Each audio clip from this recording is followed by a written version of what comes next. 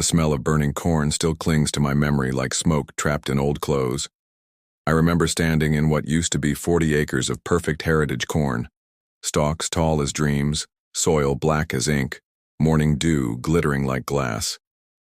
Now it looked like a battlefield. Charred stems crumbled under my boots and the air reeked of gasoline and betrayal. The security footage told the story clearer than any confession. Delilah Thornfield, my neighbor and self-crowned HOA president, strutting through my field at 2 a.m. with a gas can in hand and a grin on her face. She thought she was torching some weekend farmer's side project, a cute corn maze hobby. She didn't know she'd just committed agricultural terrorism on a federally insured heritage seed project worth $2.1 million. 6 months earlier, I would have laughed if someone told me I'd be battling an HOA president over corn. Back then, life felt like a fresh start. My eccentric Uncle Silas had left me 47 acres of prime Iowa farmland, earth so rich it almost shimmered in moonlight, the kind of soil that smells like rain and history. After 23 years working as an agricultural engineer for a massive corporation, I'd had my fill of fluorescent offices and chemical boardrooms where people measured life in profit margins.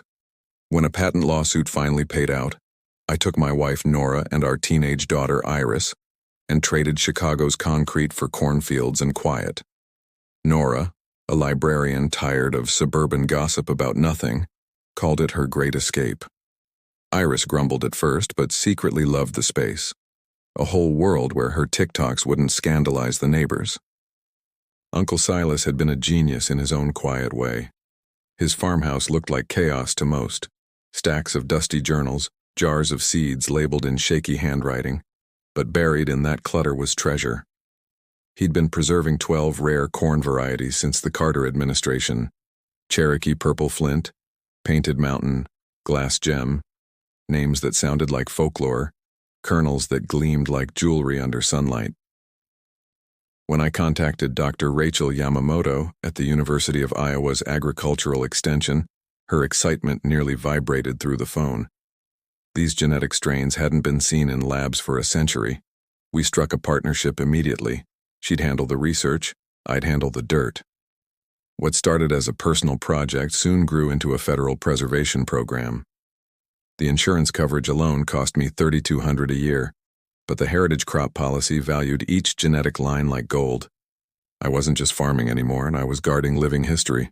Then came Delilah Thornfield, 47, recently divorced, perfume like a sugar bomb and temper sharp enough to cut glass. She'd arrived from Des Moines after her husband's insurance fraud scandal and somehow installed herself as president of Millbrook Manor Estates, a row of 20-something identical homes that sprouted beside my property like weeds. The day we met, she ambushed me at the mailbox, eyes narrowed like she was inspecting a trespasser. "Mr. Caldwell," she began, her voice carrying that screechy authority only HOA presidents and malfunctioning fire alarms possess. "You're aware agricultural activities can damage property values?" I just smiled and pointed at my rows of emerald corn glistening in the morning light. "Ma'am, this land's been farmed since 1847. Your subdivision's been around since 2019. Her smile froze like ice on a windshield. "We'll just see about that, won't we?" From that moment, the war began. First came the noise complaints. Apparently, my 1982 John Deere offended her delicate suburban sensibilities. Then zoning violations for commercial agriculture, because growing food, somehow, was criminal in her world. When that failed, she filed anonymous EPA tips about illegal pesticides, an especially hilarious move since I ran a completely organic operation. Each time, county inspectors found nothing wrong. Each time, she doubled down. By summer, she'd turned into a one-woman surveillance unit, pacing my fence line with her yapping Pomeranian and filming imaginary offenses.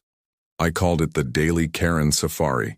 The first real warning came during July's brutal heat wave.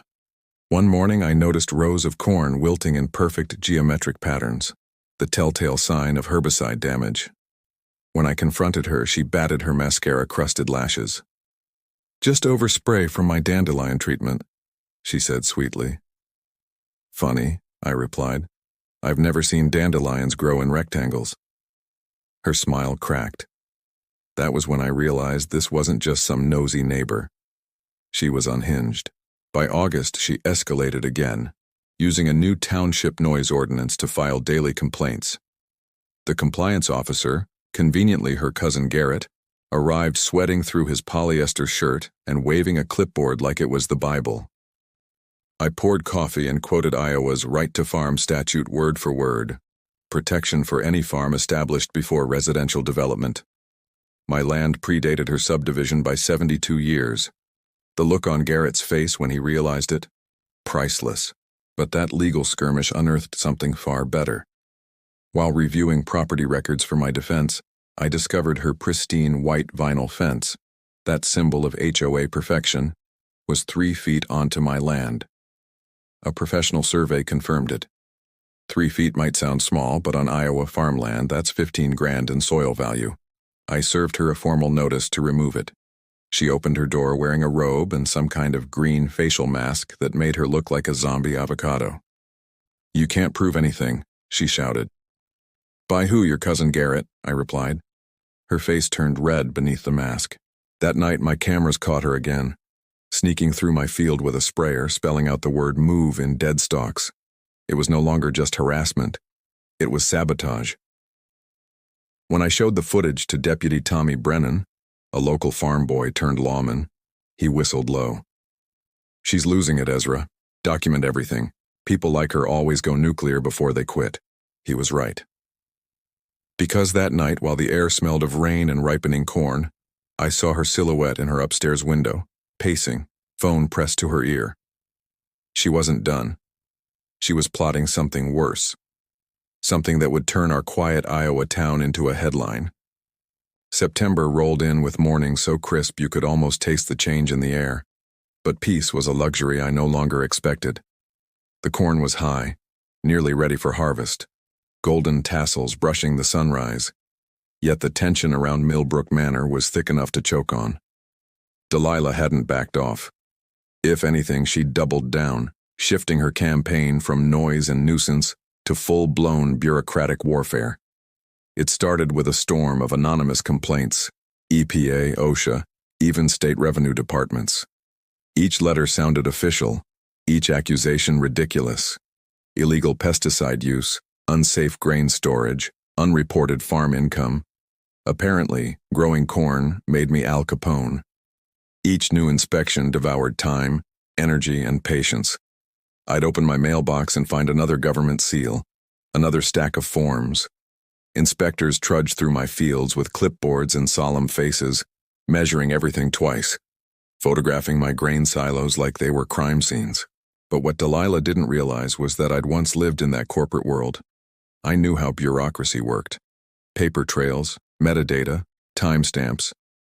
Those things tell stories even liars can't erase. I filed Freedom of Information requests for every anonymous complaint, and when the reports came back, I almost laughed. Every one of them traced back to a single IP address, Delilah Thornfield's home Wi-Fi.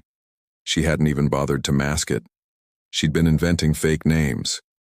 Concerned resident Martha, eco-advocate Robert Smith, and firing off complaints from her kitchen table, trying to drown me in red tape. The woman had basically turned her house into a one-person harassment factory. When I showed the evidence to Deputy Brennan, he shook his head in disbelief. "She's digging her own grave," he muttered. "Keep documenting, Ezra. The feds love clean records." And he was right. Filing false reports to federal agencies isn't just petty, it's a crime. What started as neighborly spite had officially crossed into federal territory. Ironically, one of her fake complaints led to my biggest break. During an OSHA visit, the inspector, an old farmer named Carl Hendricks, looked over my heritage varieties and whistled. "You realize you could qualify for federal heritage grants, right?" he said, examining my Cherokee purple flint with the awe of a man staring at treasure. "These are worth more than gold." Within 2 weeks, I had a direct line to the USDA's Heritage Crop Division. By the end of the month, the University of Iowa had partnered with me again for a major expansion grant. The irony couldn't have been sweeter. Delilah's campaign to ruin me had accidentally made my operation bulletproof. News of the grant spread fast through the township. When Delilah heard, she nearly combusted. At the next community meeting, she stormed in wearing designer rage and shouted that I was defrauding taxpayers. "This man's running a subsidy scam," she cried, waving a folder of nonsense reports. The board listened politely while she ranted about genetic hoaxes and taxpayer fraud. Then I calmly presented the official documents: university partnerships, research certifications, federal approval letters. The contrast was glorious: her shrill hysteria versus my neatly stamped paperwork. Board President Jim Morrison, who'd been farming since the Nixon era, leaned back in his chair and smirked. "Ma'am," he said, "Mr. Caldwell's preserving history, not breaking the law." The meeting ended in my favor, but as I stepped into the night air, I saw Delilah standing by her car, her face half lit by a street lamp. "This isn't over," she hissed, voice trembling with fury. "You'll regret humiliating me." Then she drove off into the darkness, her taillights flickering like red eyes. By October, the war had gone subterranean. She hired a so-called property assessor, her cousin Randy, whose resume was about as legitimate as her moral compass. He arrived in a rusted truck, clipboard in hand, and produced a laughable report claiming my cornfields had reduced nearby property values by 23%. He even wrote it in Comic Sans font. She distributed copies door to door, declaring my operation a public nuisance. Soon, a small group of gullible neighbors formed something called the Millbrook Property Coalition. 8 households, 3 cats, and 1 angry narcissist. They threatened to sue, claiming my farm violated their residential peace. I responded with professional precision, hired a legitimate assessor who not only debunked their claim, but proved my research plots actually raised property values. And the cherry on top? I found out cousin Randy had been convicted of real estate fraud years ago. Delilah's expert witness wasn't legally allowed to appraise a lemonade stand, but the real bombshell came from my wife, Nora. She'd spent weeks combing through county archives, chasing a hunch. One morning, she spread papers across our kitchen table. "Ezra," she said, "you're going to want to see this." Turns out Delilah's property, her precious HOA perfect home, sat on contaminated soil. The previous owner had run an auto repair shop on that land for 15 years, dumping oil and solvents into the backyard. It was an environmental time bomb buried under her white picket fence. The contamination disclosure had somehow vanished during her purchase. If exposed, it would ruin her financially. Suddenly, her obsession with my chemical farming made sense. She wasn't protecting property values, she was hiding her own mess. I contacted the township's environmental officer, Chuck Kowalski, a no-nonsense ex-Marine who treated bureaucracy like battlefields. He ran tests and found petroleum levels so high they could have fueled a small refinery. The report was devastating. $80,000 in required cleanup, temporary property evacuation, and an official contamination warning. Delilah's suburban castle was now classified as an environmental hazard. Her reaction was pure madness. Instead of accepting responsibility, she accused me of causing the contamination, claimed my organic corn had somehow leaked oil into her yard. At the next township meeting, she stood up and declared, "He poisoned my land." The absurdity of it made the crowd gasp. Chuck calmly explained the contamination was decades old, but logic no longer applied to Delilah. Her eyes were wild, her hands trembling. She was cornered, financially, legally, emotionally. And that's when I realized something that made the back of my neck go cold. Cornered people don't back down. They explode. The following weeks felt like waiting for a storm you could smell but not see. My cameras caught her prowling the fence line at night, sometimes digging, sometimes pouring something into the soil. Chuck suspected she was trying to tamper with evidence, maybe planting new contamination to frame me. Each new act reeked of desperation. Every day the sun rose over golden rows of corn, and I wondered if those stalks would be standing tomorrow. The air carried 2 scents that never mixed before: sweet harvest and fear. November came early that year. Gray skies, brittle cold, and frost creeping into the corners of everything. While reviewing my heritage crop insurance documents one night, I stumbled upon a detail I'd somehow missed. My policy didn't just cover crop loss.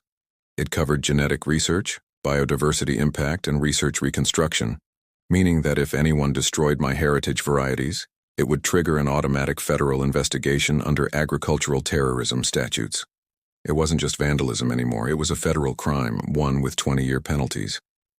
And somewhere across the property line, Delilah Thornfield was running out of time, money, and sanity. The perfect recipe for disaster. December came in sharp and silent, the kind of cold that turns your breath to fog and your thoughts to glass. I'd stopped sleeping full nights by then. Between the hum of security cameras and the gnawing sense that Delilah was planning something catastrophic, my mind never rested. Her mortgage deadline was closing in, her environmental cleanup costs had doubled, and foreclosure papers were already in motion. Desperation had hollowed her out, leaving nothing but a woman convinced she had to destroy me to save herself. Every night I'd catch the faint glow of her flashlight on my fence line, her silhouette moving like a ghost through the frost. Chuck's environmental sensors confirmed fresh digging around the contaminated soil patches.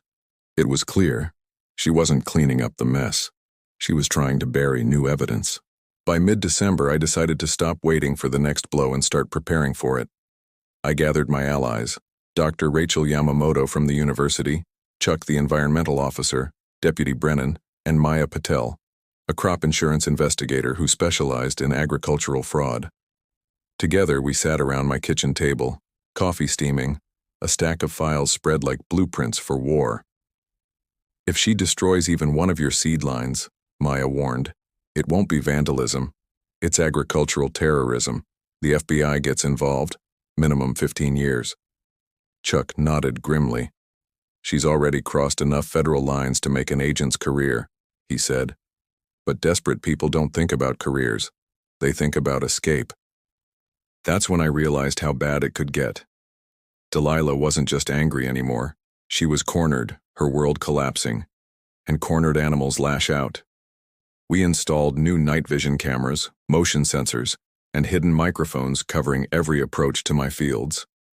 Rachel arranged for duplicate seed samples to be transferred to a secure university facility, a genetic backup for every heritage line. If Delilah burned the farm to ashes, the science would still survive. Tommy coordinated with the sheriff's department to quietly monitor her communications.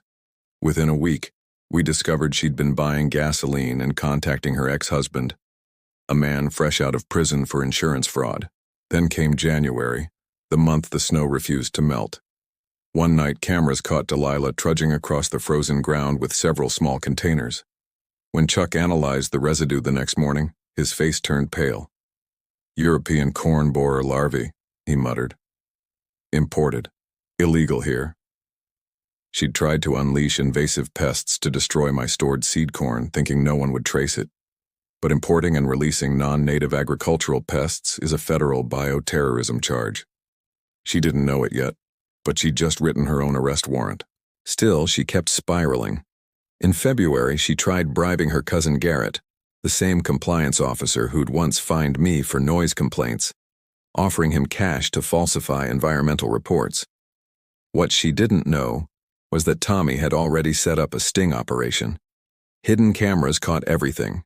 The offer, the money, the conspiracy. By then, federal investigators were fully involved. Agent Sarah Chen from the FBI's Agricultural Crime Unit contacted me directly. "Mr. Caldwell," she said, "what you've got here isn't neighbor harassment anymore.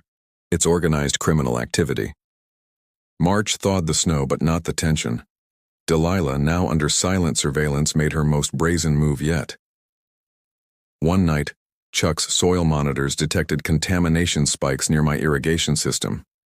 Security footage showed her staggering through the dark, dumping containers of used motor oil near my water line, trying to stage environmental evidence against me. It was almost pathetic, watching her unravel. The footage and chemical data were enough to add environmental fraud, evidence tampering, and obstruction charges to her growing list. The feds had everything they needed. All they needed now was the finale, the one moment that would end it all beyond any doubt. And it came in April. The Millbrook County Heritage Festival, The annual celebration of Iowa's agricultural history drew hundreds of visitors. Delilah saw it as her last chance. Surveillance teams overheard her plotting with her ex-husband and Garrett to end the problem once and for all. They planned to torch my corn storage facility during the festival, then blame faulty machinery for the fire. She'd even scouted alibis, planning to show up publicly while the blaze started. What she didn't realize was that every phone call, every purchase of gasoline, every whispered threat was being recorded by federal agents. The night before the festival, under a pale moon, she crept onto my property with 2 accomplices, carrying cans of fuel and rags. They were caught on infrared, moving toward my barn like shadows bent on suicide. At 11:47 p.m., just as they started pouring gasoline, black SUVs rolled in from every direction. Federal agents flooded the field, red and blue lights slicing through the corn rows. "Federal agents, drop it!" echoed across the frozen soil. Delilah froze mid-step, mouth open, face pale as ash. Within seconds, all 3 were in cuffs. By morning, the story had already leaked. Local headlines blazed: HOA president arrested in federal agricultural terrorism plot. The festival went on anyway. Hundreds gathered to celebrate, unaware they were standing on what had nearly become a crime scene. Delilah showed up out on bail, pretending nothing had happened, dressed in designer sunglasses and defiance. When Dr. Yamamoto took the stage to speak about our preservation project, Delilah grabbed the microphone, screaming that I was a fraud, that I'd poisoned the community. The crowd stared, stunned. 500 people who knew the truth, watching the woman who'd tried to burn their town's history unravel in public. Then Agent Chen stepped forward, badge gleaming in sunlight, and announced the charges: agricultural terrorism, insurance fraud, environmental tampering, bribery, conspiracy, and attempted arson. The silence that followed was pure, heavy, and final. When the agents led her away, her voice was swallowed by applause, the sound of farmers, researchers, and neighbors united against her madness. Justice had never sounded so loud. 6 months later, the same fields that once smoldered were gold again, waving under an autumn breeze. University students wandered between the rows, collecting samples, studying genetics that had survived both time and hatred. Delilah Thornfield was serving 18 years in federal prison, her property seized to fund environmental cleanup. Her cousin got 5 years for bribery. Her ex-husband went back to prison for conspiracy. The case became a national precedent for heritage crop protection and HOA abuse prevention. Our small Iowa town transformed into something greater. The Millbrook Heritage Seed Center opened that spring, $2.8 million in federal funding, a living museum of agricultural resilience. My wife Nora now runs a rural library dedicated to farming history. Iris, inspired by everything we endured, earned a scholarship in agricultural engineering. What Delilah tried to destroy had instead bloomed into a symbol of endurance, proof that even when greed and madness set fire to the earth, something stronger grows from the ashes. Now, every evening, when the wind moves through the stalks, it sounds like whispers. Generations of farmers, ancestors, maybe even Uncle Silas himself. The land remembers everything: the fire, the fear, and the justice that followed. The sweet scent of corn drifts through the air, carrying a quiet promise that no matter how fierce the storm, truth and patience will always take root again.